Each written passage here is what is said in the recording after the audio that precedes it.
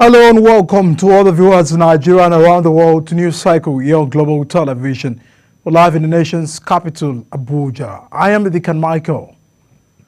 Chairman of Nigerians in Diaspora Commission, Abike Dabire-Rewa, has confirmed the rescue of at least 10 Nigerian girls lured into prostitution in Ghana. The teenage girls are between 15 and 18 years of age and persuaded into Ghana with promises of better life, but instantly falls into prostitution. Rewa said the girls were rescued after a trip off by a Nigerians in Diaspora organization, the umbrella body of Nigerians living in Ghana. She stated that the suspected trafficker has been arrested by law enforcement officers in Ghana, noting that 3 of the girls are of the same parents. The Federal Ministry of Works says it is working with the police to tighten security and stop vandalism on the Third Mainland Bridge to serve the public infrastructure. The Federal Controller of Works Lagos gave the assurance in an interview in Lagos. Operative of the Rapid Response Squad of the Police Command in Lagos State had arrested a suspected vandal removing the lead road street light on the newly renovated Third Mainland Bridge. Now, Socio-Economic Rights and Accountability Project has filed a lawsuit against the government of President Bola Tinubu over the failure to publish spending details of loans obtained by the government of former President Olusegun Obasanjo, Umaru Musa Yar'Adua, Goodluck Jonathan, and Muhammadu Buhari. The suit was filed against the Minister of Finance and Coordinating Minister of the Economy, Wale Edun, and the Debt Management Office. In a suit filed at the Federal High Court, Lagos, SERAP is asking the court to direct and compel the Tinubu government to publish a loan agreement obtained by the government from 1999 to the administration of Muhammadu Buhari. And following the signing of the new Kano mandatory premarital law, it is now obligatory for intending couples in Kano to undergo premarital medical screening before marriage. The new law stipulates that no wedding will be permitted in Kano State without the presentation of a health screening certificate for a genotype, hepatitis B and C, HIV and AIDS, and other related conditions. Governor Abba Yusuf, while signing the law in Kano, called for its implementation in order to uphold the sanctity of marriages in Kano State and ensure the birth of healthy offspring free from preventable illnesses. The state government says the law is meant to reduce the likelihood of children being born with underlying health issues such as sickle cell anemia, HIV and AIDS, and hepatitis. And our Minister of Solid Minerals Development, Dele Alake, has reaffirmed the federal government's commitment to enforce insurance policy for mine workers in Nigeria. The minister made this known while representing President Bola Tinubu on the condolence visit to Niger State Governor Umar Bago in Minna, the state capital. He said the policy will enhance safety measures and provide relief to miners in the country. Queen Agaba has details. Following the recent mine pit collapse in Galadima, Kogo, Shiroro local government area of Niger State, the Minister of Solid Minerals Development, Dele Alake, emphasized the federal government's stand, saying remediation plans must accompany mining license applications. He warned that irresponsible mining operations that pose threats to the environment and communities will no longer be tolerated. Solid minerals officials would also be on the spot to ensure or validate the accuracy of whatever information that is supplied via the EIA submitted. 2, we have a mineral and environmental compliance agency, and the director is here with me. They ensure that environmental regulations are complied with by the miners. Governor Umar Bago expressed gratitude for the condolence visit and emphasized the need for a concerted effort between the federal government and subnationals to ensure mining companies comply with safety standards. He advocated the strengthening of collaborative measures to enhance periodic monitoring and evaluation of the environmental impact of mining operations to minimize recurrence of the unfortunate incident. There is need for a concerted effort to make all miners with licenses relate with the communities where these mines are, relate with the local government where these mines are, relate with the emirate system where these mines are, and relate with the state government. Because if you know the site where this happened, no rescue mission outside the chopper and probably people who live in that mountainous area will be able to reach there immediately. The mine pit collapsed due to heavy downpour.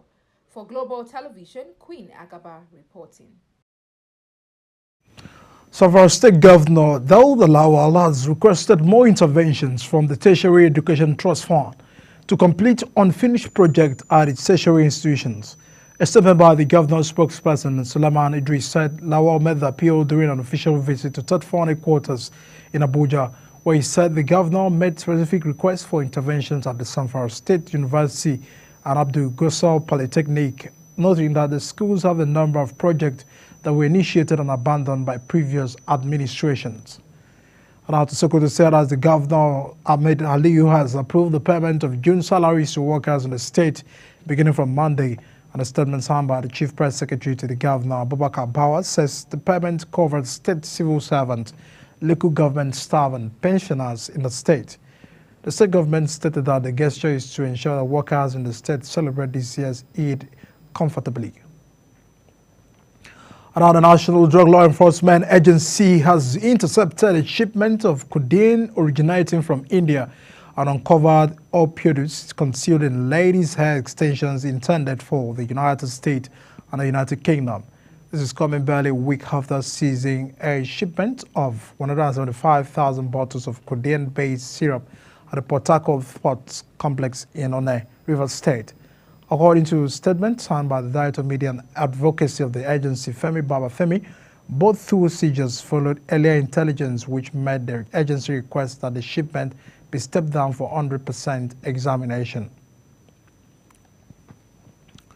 The governorship candidates of New Nigeria People's Democratic Party in the forthcoming governorship election in Ondo State, Olubenga Adema, has lambasted the state government for challenging and asking the Supreme Court to dismiss the suit filed by the federal government to secure full autonomy for the 774 local government areas in the country. Adema stated this while speaking with newsmen in Akure, the state capital, said granting full autonomy to various local governments across the country will bring development to the grassroots. The NPP candidate said that it will also enable the third tier of government to perform their constitutional roles as guaranteed under the Constitution of the Federal Republic of Nigeria 1999 as amended. You're watching News Cycle coming to you live from Nigeria's capital, Abuja, on Star Times, channel 276. Kindly follow us on all social media platforms using @Global TV NG and other handles now showing the screen. When the cycle returns, Nigeria's foreign exchange reserve rises to 32.8 billion naira after 10 weeks slump. These and other stories coming right after this break. To stay with us.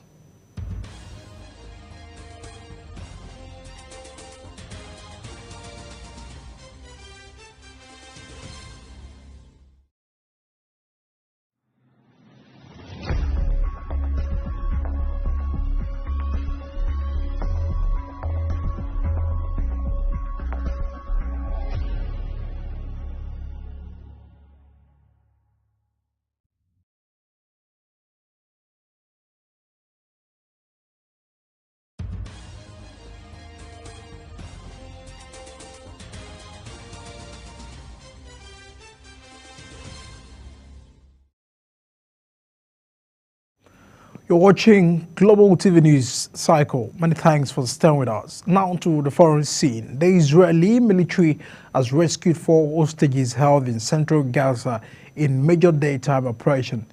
The raid resulted in 224 Palestinians being killed and 698 injured, but Israel Defense Forces have disputed those numbers.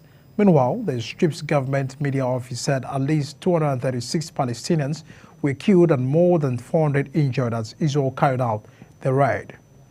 Now, in the meantime, the United Nations have placed the Israeli military on a list of parties accused of committing violations against children in conflict zones. This decision confirmed by Israel's ambassador to the United Nations, Gilad Erdan, which has sparked a wave of controversies contained in the United Nations Secretary General's annual report. The report is said to be presented to the United Nations Security Council next week.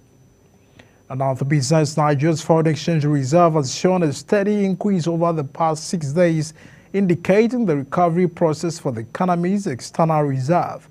Data from the Central Bank of Nigeria's website indicates that the foreign reserve stood at $32.80 billion on June 6, 2024, indicating an increase of $110 million from $32.69 billion on May 31st. This upward trend has been consistent over the past 6 days, with the reserve increasing from the $32.74 billion on June 3rd to $32.77 billion on June 4th, then $32.79 billion on June 5th before the current value. Nigeria's recorded a trade surplus of 6.52 trillion naira in the first quarter of 2024. This represents a 79% quarter-on-quarter increase when compared to the 3.64 trillion recorded in the fourth quarter of 2023.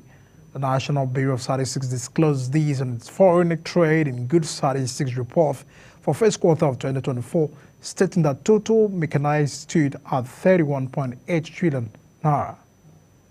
Now, away from that, the federal government has issued 95 licenses, permits, and registration certificates for the generation of 989.42 megawatts of electricity in 2023 as part of measures to shore up Nigeria's power production. Nigeria generates between 4,000 and 5,000 megawatts of electricity, with a target of hitting 6,000 megawatts by December this year.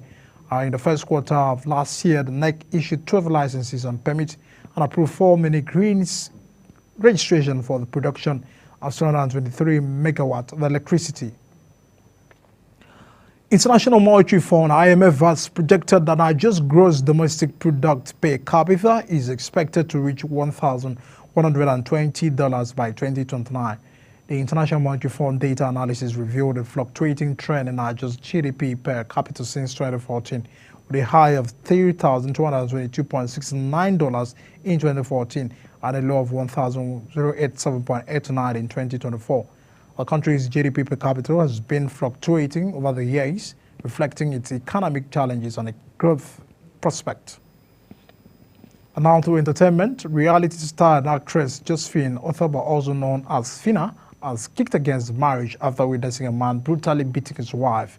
Phyna said despite the effort to intervene, the man was uncontrollably leaving her livid, shaken and grateful to have escaped a similar path in her past relationship. Phyna's personal encounter has left her with a newfound fear of marriage and deeper understanding of the dangers of toxic relationship. Now to sports, as Nigeria gears up for the World Table Tennis Contender Lagos 2024, and its anticipation is soaring for a spectacular display of table tennis prowess, set to take place from June 19 to 23 at the Sir Moulad Okaya Thomas Indoor Sport Hall. The event promises to showcase the base of both local and international talents, captivating fans and spotlighting the nation's rising stars. Nigeria stars Moses Adegoke and Abdulaziz lead the charges as the nation's representative. Both players making their main draw, the both are expected to shine as they compete against top global talent. Our teenage striker Endrick has headed home an injury time winner as Brazil defeated Mexico 3-2 in a warmly friendly ahead of this month's Copa America. The Brazilians look to be cruising to victory after goals from the Fulham's Andres and the Arsenal's Gabriel Martinelli fired the South American giant into a 2-0 lead at a Kiel Field in College Station, Texas. However, Mexico staged an unlikely fight back after Julian pulled a goal back in the 73rd minute. The Martinez looked to have secured a draw from the Mexico in the 3rd minute of the time added on, lashing in a rebound from his own header after a corner to make it 2-2. As to wrap up the news cycle, the top stories: the Nigerian Law Enforcement Agency has intercepted codeine from India, finds and considering women's hair. And all governmental agencies, Economic Rights and Accountability, SERAP, has sued the government of President Tinubu over alleged fear. And that's the package, a news cycle coming to you live from Nigeria's capital. Kindly follow us on all social media platforms using @Global TV NG and all the handles now showing on the screen. I am Medical Michael. Many thanks for watching. See you again.